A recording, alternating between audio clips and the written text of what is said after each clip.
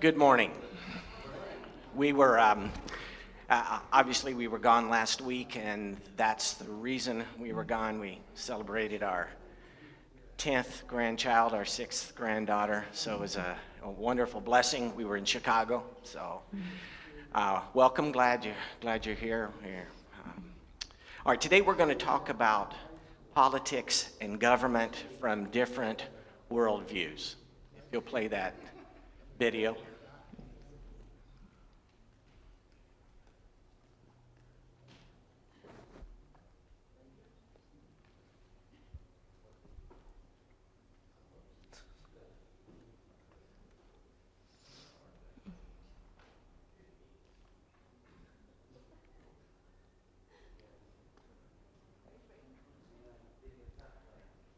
Oh, that's okay. Yes.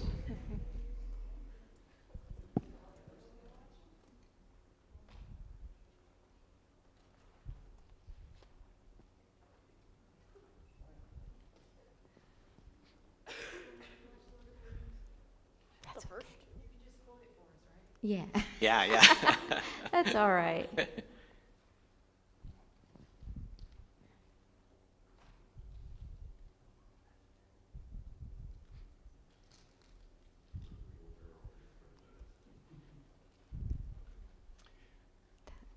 We'll pray, and then we'll see if this works, and if not, no problem. We'll describe it to you. Father, thank you for the time we have together. Once again, you are in charge of all things, including politics and government.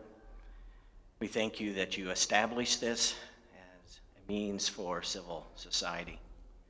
Pray that we will be discerning as we encounter conflicts, sometimes with our faith and with you.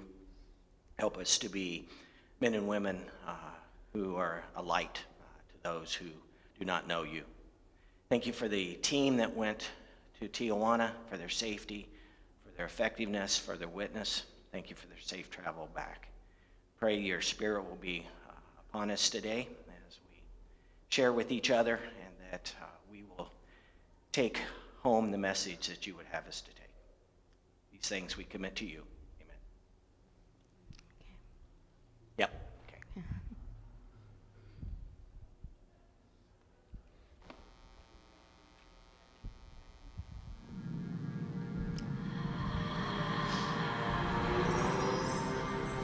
Legend tells of a ring created by an ancient evil that gave its wearer the power to enslave the world. Believed lost for centuries, it has now been found. Is it secret? Is it safe? This is the One Ring, forged by the Dark Lord Sauron. Sauron needs only this ring to cover all the lands of a second darkness. He's seeking it all. His thought is bent on it.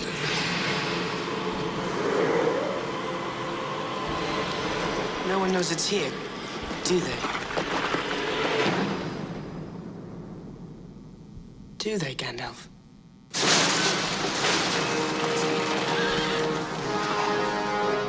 The weapon of the enemy is a gift. Let us use it against him. You cannot wield it.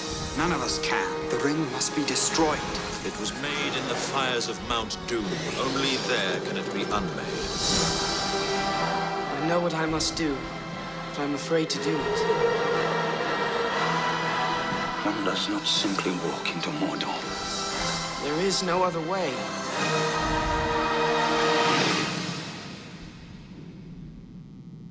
There's something down there.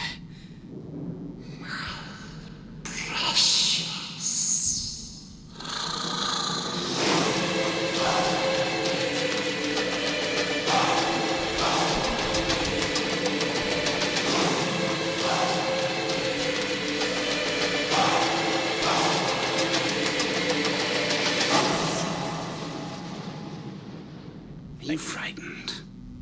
Yes. Not nearly frightened enough.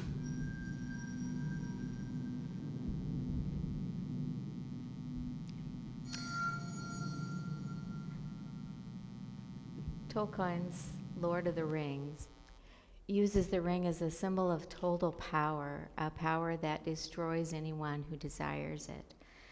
And the movie illustrates the horrible dangers of that ring, not only falling into the wrong hands, but of existing at all, because the truth is we all desire it. He says the ring must be destroyed because no one can handle absolute power. Lord Acton famously observed that a person's sense of morality lessens as his or her power increases. Power tends to corrupt. Absolute power corrupts absolutely. As we discuss politics, it asks the question, what is the best way to use power to organize society for the benefit of its citizens? Discussing this topic, we have to consider who should have that power and how much power should they wield. So I would ask for a show of hands, who thinks politics is uglier than it's ever been? Okay. Common feeling. Okay, so let's look at the history of politics. The Albany newspaper called the Atlas and Argus said of Lincoln, he is the ugliest man in the Union. And when accused of being two-faced, he responded, I leave it to my audience. If I had another face, do you think I would wear this one? You probably recall that the vice president killed the former secretary of treasury in a duel. Aaron Burr killed Alexander Hamilton. In the Whiskey Rebellion in 1791, excise tax on whiskey, tax officers were stripped naked, tarred, and feathered. There have been 15 congressmen killed while in office, 4 in duels, 6 from gunshot wounds, and a few beaten to death with canes. One congressman from a state, and I can't remember where it was gutted with a Bowie knife in the state chamber over fur trading rights. So, yeah, politics is pretty ugly now, but it has always been and always will be. It is the nature of fallen men who have power and wield power to be ugly. So men with liberty will always need forces of restraint, and those forces of restraint, which are made up of men and women, will also need restraint. We approach politics according to our political theory, and that's usually based on an idea of human nature. Do you believe that we as people are inherently good or evil? If you believe we have a sin nature, that sin is involved, then humans at least have the capacity to be violent, and government is necessary to create order and peace. This is done through a social contract. The citizens give up something in order to have this order and security. Arguments are over what are we willing to give up and how well is that security provided. So the question is, what are people and have people given up in order to allow for safety and security? What kind of things are commonly given to government in exchange for that? What kind of things can you think of? So laws that do what? What limitations would laws provide on you that you're willing to say, yeah, that's a reasonable limitation? Speed limits, absolutely. I would love to drive 100, but it's probably not good for anyone, including myself. Okay, what else? Manslaughter, okay, so we would say that our freedom to kill someone should be limited. Yeah. Money, okay, in what respect? Okay, Yeah. All right. So we recognize that if in fact government is good and it does good things, then we are willing to give up money for the functioning of that government. Yeah. Anything else? Restraining evil. Okay.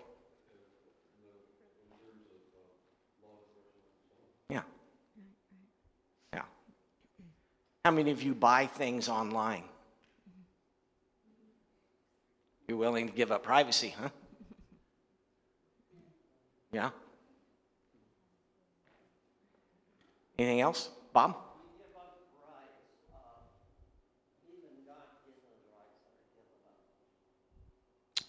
Okay.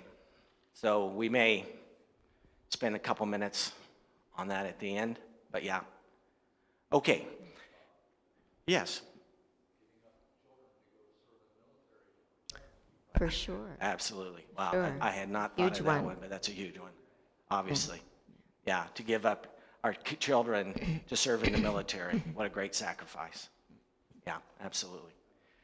Okay, so if one theory of politics is that people have a sin nature, which I think we would agree with, there is the other side of the story, the other group that would say we are all born with a pure nature.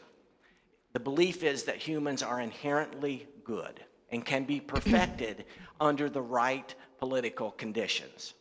Rousseau believed that if individuals are corrupt, it is the society that corrupted them, and all we need to do is to change the society and we'll no longer have corrupt people. John Locke famously said that at birth the mind is a tabula rasa, which means a blank slate, that we fill with ideas as we experience life. So if there are problems in people, if people are, those problems are the result of oppression. So if we can eliminate oppressive forces in the world, the patriarchy, religious institutions, if we can get rid of those things and create a new society, perfection will actually be accomplished and we will achieve utopia. I heard an interview this week with the new mayor of Chicago, Brandon Johnson. Chicago's been, as you probably heard, had some problems this year with groups of young people, a lot of teenagers, but then some older people as well, gathering spontaneously and then just causing a lot of mischief. And the most recent one, what I mean by mischief is they broke into, I think, a 7-Eleven. They smashed the doors and windows, threatened people with firearms, and looted the place. And then when they left, they threw a lot of this stuff just away. So a reporter was asking the mayor about this and what he was, what the plan was with these mobs. And he had two major points to his answer, which one was, do not call them a mob. This is a gathering, and we don't want to label people. And also, what we really need to do as a city is we need to figure out why they're doing this and stop doing what we're doing that causes them to do it. And so I thought at that time he is really expressing a pure nature political theory. I don't know how he feels in general, but in that interview, that's what he was really espousing. And this is a common idea in the academic institutions at this time, and that is there is no sin nature. If you abandon Scripture, then you must believe that people are born with a blank slate and that we can cultivate this utopian society by creating goodness around these people to allow them to be the people that they can be. So out of this has come this idea from John Rawls, who is a Harvard philosophy professor, called the New Social Contract. In that, he describes something called distributive justice, and I'm sure you've heard of this idea. And what it means is that you, in order to create a just society, you take from those who have and give to those who do not have. You take from the oppressor and give to the oppressed. But in reality, and we know this to be true, that it is the government coercing individuals to give up their resources by threat of punishment. And the problem is that they're not just talking about economic resources. They're talking about liberty, opportunity, self-respect, equal outcomes. And the problem with those ideas is that it's very, very hard to measure. And it is certainly hard to accomplish. So if you can't measure something, as we talked about when we were doing science, you cannot make it happen, nor maybe should you make it happen if in fact it's not measurable. All right, so let's talk about the different worldviews with respect to government. Secularism or progressivism believes that just by its name, that we can go from the society that we have and progressively over time improve our circumstances by improving our environment to the point where we can actually reach utopia. It's not new to Marx, but Marx again has made this idea solid in the universities, and that is we tear something down, we recreate it, we look at it, modify it, tear it down, recreate it, until we actually get to a communist state, a communist government. You do that first by having the government take over property. But as we create these individuals who are excellent because their environment is excellent, ultimately, you can get rid of the government entirely and live in this system that is governmentless, and that people will, in fact, work together, participate together, and maintain this utopia. Once again, that comes from this idea that people can be perfected and that they don't have a sin nature to start with. So what do you do if, in fact, a group of people oppose the ideas that you're suggesting? Interestingly, in 1943, Lewis wrote Abolition of Man. So this is in 1943. And he says there are individuals who are inherently smart and good. He's arguing that this is not the case, but he's saying this is what you believe, that there are individuals who are inherently smart and good. They should be the ones who lead us. Because their motives are pure, they can be trusted with complete power to transform our society. We should give them the ring. What happens when people refuse to participate in this situation? We know about the killing fields in Cambodia and in Stalin's Russia and in Nazi Germany. So this idea of conditioners, we're hearing that now. We're hearing that there is an elite group of people who can in fact instruct us as to the way. But be guaranteed that if in fact this becomes a powerful force, the way that you then, for those who are not able to be conditioned, they will be eliminated. So the postmoderns tend to believe that politics is really just a tool of oppression. They've seen what socialism has brought through Stalin, Mao, Pol Pot, the horrible results of that, and they reject that. But they also reject traditional ideology and the institutions which in the past were mainly led by the patriarchy of white men, which marriage, the church, traditional government sort of thing, and they reject that as well. So the idea is to deconstruct these institutions, but not necessarily with a cohesive plan to reconstruct it. So the power should be, even in that situation, you have power that will be distributed in some way. And so the power in this case, they believe, should be given to the oppressed, which is really made up, it seems like, basically of all groups which are not white men in the West, using a system of informal points called intersectionality, which means you receive points for whatever oppressed group you are a part of, and the more groups you are a part of, the higher your influence should be. And this is largely because they elevate your personal experience. Like history is not something that can be trusted because, again, who wrote that? White men. So we have to then look at our lived experience, and that gains a lot more weight now with this theology. For example, if you are a Hispanic woman who is a member of the LGBTQ community, you would have 3 points, and that's pretty high.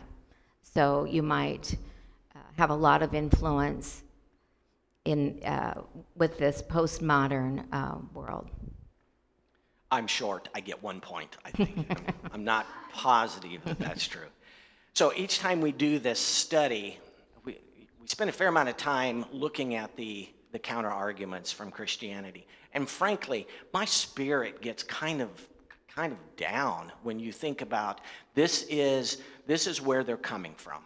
And then we get to go to Christianity, and I just feel like, oh, okay, now the cloud has receded, and we see sunlight, and we can be satisfied with the perspective that we come from. So, in Christianity, we should be the best citizens because we are accountable to something higher than the state. All right, we need not worry. Our loyalty is to God. At the same time, God has created government in order to punish evil and to encourage good. That is the mechanism by which he has established it. Romans 13, very famous passage, let everyone be subject to the governing authorities, for there's no authority except that which God has established. The authorities that exist have been established by God. If I keep going, we'll need to spend hours talking about the second portion of that. But the idea here is that God has, in fact, established government as the mechanism to create civil society. 1 Peter 2, 13 to 17, another famous passage. Submit yourself to the Lord's sake to every human authority, whether to the emperor, as to the supreme authority, or to governors who are sent by him to punish those who do wrong and to commend those who do right. Will you put that next slide on for me? There's someone up there. Okay. If not, can you get it? Okay, thanks. I think she's going to get it for me. All right. So, given that the government exists, should exist, it is there for our good, both Christians and non-Christians, what should we do? So there are basically six positions. So, and I want you to think about which one you would hold strongest to. And then I'll ask for a show of hands here in a second. Christians shouldn't be involved at all. We're not going to do it. It's not part of the church. Society isn't worth redeeming. So just let's let them suffer because they're there because of all the bad ideas they come up with. Political structures can't change the human heart. Christianity is only about the church. Christians should be involved and should try to take over. And everyone should have a none of the above as a possibility. All right, so think about those for a second, and with a show of hands, how many would say Christians shouldn't be involved? Raise your hand. Don't be afraid. Should not. Yeah. Did I say should? Yeah, should not be involved. We shouldn't be involved in the political system. It's not what we do. We are here to share the gospel and to bring non-believers to Christ. Leave the political system alone. Anybody think that? Matt, maybe? Okay. Okay. Society isn't worth redeeming. Oh, we gotta maybe maybe it's not possible. It's too far gone. Leave them alone. Let's focus. Let's not throw pearls to the swine. Huh? Okay. Political structures can't change the human heart. Yeah, I figured we'd get a bunch of those. Okay. Now the question is that its job? Are political structures supposed to change the human heart, or are they supposed to just bring barriers to humans who would typically want to misbehave? All right. Christianity is only about the church. Anybody? Okay. Christians should be involved and should try and take over. Oh, we got a maybe? All right. So had I not said take over, because actually that came straight from the book, take over. I don't like that word either. But let's say Christians should be involved and try to influence. Okay. For sure. All right. So yeah, better. So I knew the verbiage there would sway people, because this idea of Christians taking over things, it's not typically what we're inclined to do. But we should be inclined to influence, should we not? And as by a show of hands, that suggests that that's the case. Anyone with none of the above? And if you raise your hand, you're going to have to explain. No? Okay. You just don't get any of those yet, but maybe. Oh, you don't agree with any of those. Okay, fair enough. That's why it's there. Anyone else with a none of the above? Bob. You got some partial things there. Okay. That need to be stretched out and added to. Okay.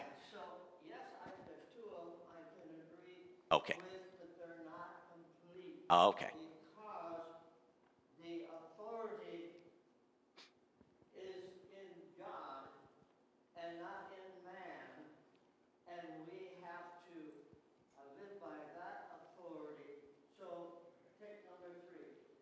What was disappeared? Oh. Political structures can't change the human heart, but the Lord Jesus can. All right. Right. Yeah. And unless that change is taking place, the rest is food. It isn't effective. Number 5. Christians should try to take their influence. Agree. Fighting it doesn't work. Agree. Okay. It just creates more problems. Should try to influence. Yes, of course. I think of Daniel. Agree. Absolutely. He's a good example. I agree. Interestingly, you probably heard this, but Newsom, what's his first name? Gavin Newsom, governor of California. End of last year, put a bunch of billboards around the country saying to everyone, come to California if you want your abortion. We will provide abortions for you. And then he quoted scripture as part of the billboard. So a pretty influential pastor spoke to that on a Sunday morning, and he wrote a letter to Gavin Newsom, not to say to him, I think what you've done, you deserve to go to hell. But what he said to him is that I am praying for your salvation. And he outlined what that meant. So I thought that is a great example of how we approach men and women who take positions that are disgusting to me. Yet, what would we expect if their heart has not been, in fact, changed? And we can't do that through politics, but we can do that with words and with letters and with prayer and with our actions. So if we want to change politics, we have to change the human heart. But we can't, in my opinion, we can't do it without having some form of involvement. And for some of us, not for me, but for some, that means running for political office, or writing letters, or praying for our government, or going to city council meetings, or school board meetings, those kind of things. So we should be involved in influencing. All right. So as Christians, I think first it needs to be said that when we describe what different worldviews see politics as being, we're describing the most pure version of that.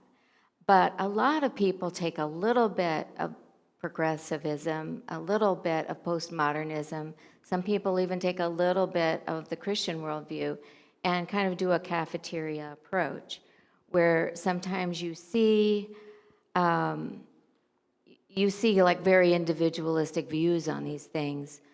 But I think it's worth knowing what the pure version is, because then you have to go back and say, well, if you believe this, then you have to understand it means this, this, and this as well. So that's why we lay it out the way we do, is to see what, if you follow that line of thinking all the way, you end up with this pure version of a worldview. But for Christians, we're not doing that type of approach. We have a theology of engagement. Does the Bible speak to how we should engage in government? And it does.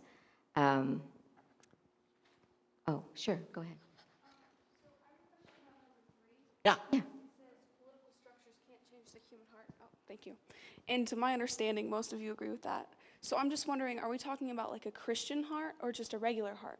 Because I feel like there's a difference. You know, I feel like a regular heart without the Lord is really weak and easily swayed due to politics. But if we're talking about like someone who really believes in the Lord and loves him and like has felt his love their whole life, then maybe it's not so easily swayed. So I'm just... Yeah, that's a great question. And in fact, I didn't even think about it coming from that perspective. The question was, can we change human hearts through politics as an outreach of the gospel?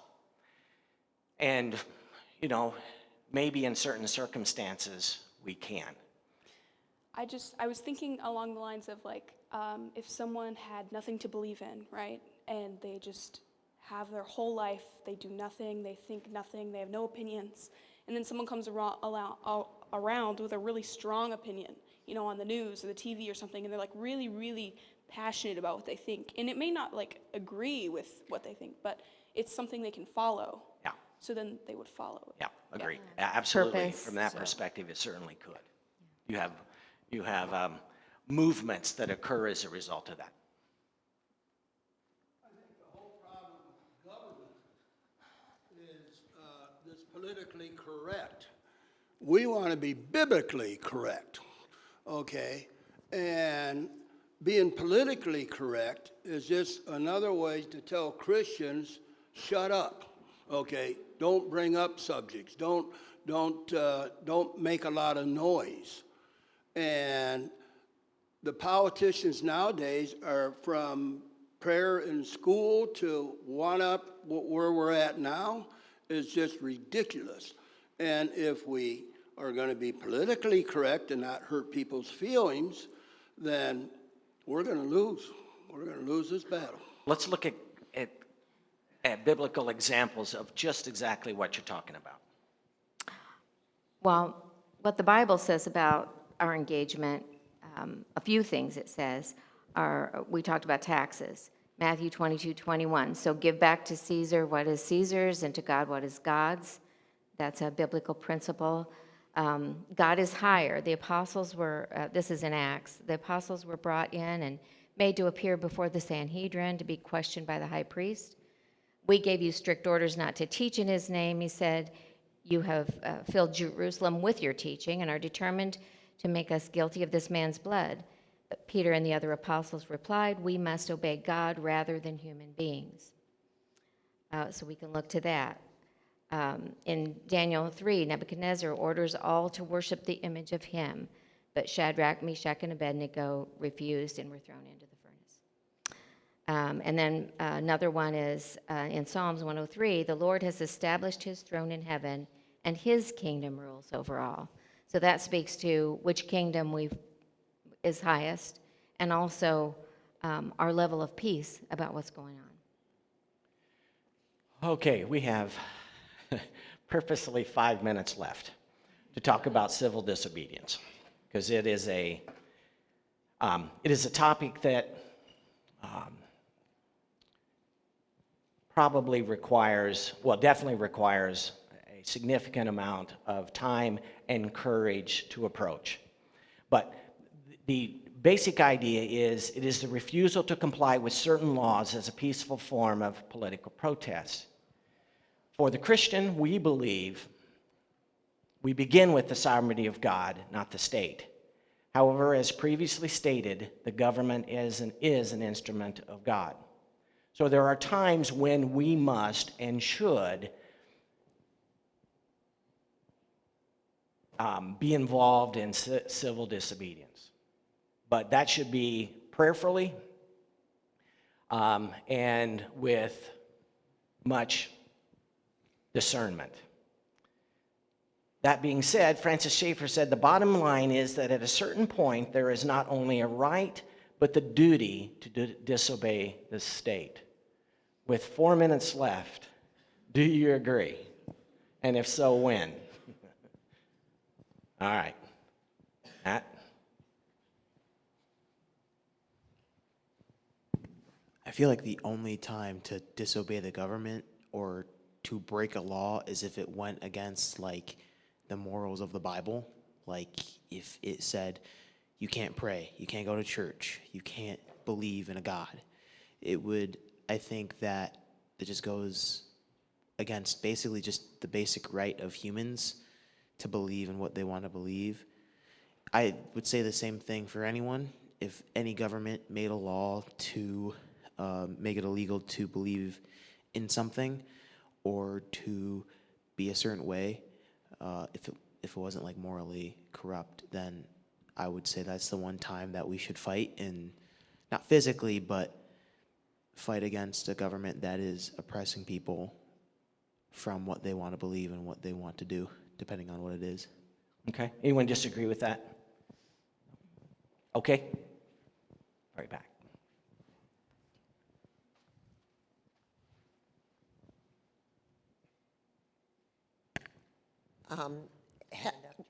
Actually working to try and get our county as a constitutional county, so we have the laws that will be brought to our county and enforced legally.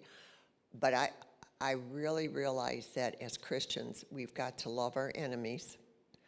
You can't get so emotional when you're doing this stuff that you become irrationally emotional, but you really do need to stand up, and we're finding that even wanting a constitutional county here in Branch County, that the enemy found out about it, and let me tell you, the opposition is growing really, really fast. So all I know is I'm fighting for our children, fighting for our grandchildren, fighting for the rights to have this church open. You know, we can say we're fighting. We're standing up, and I'll tell you, the opposition is there, and it's coming fast and furious. So when know your rights, stand up for them, but love those people because they truly are lost. Thank you. Yeah, very good. It is the sign of a mature Christian who can face battle and opposition and do so with grace. I'm not always great at that, but it is our essential approach, in my opinion. Yeah. We've been given within the Constitution and our laws the right and privilege to stand against our government. Now, it takes a process. Yeah, right. And sometimes we're not very patient and don't want to go through the process. For example, if I was told I had to marry someone by the law that was homosexual, I would not do that. Right. And if that were a law, then perhaps I could be taken to court and put in jail, and hopefully the legal system would then, by our Constitution, show that I have the right to choose that and would be freed.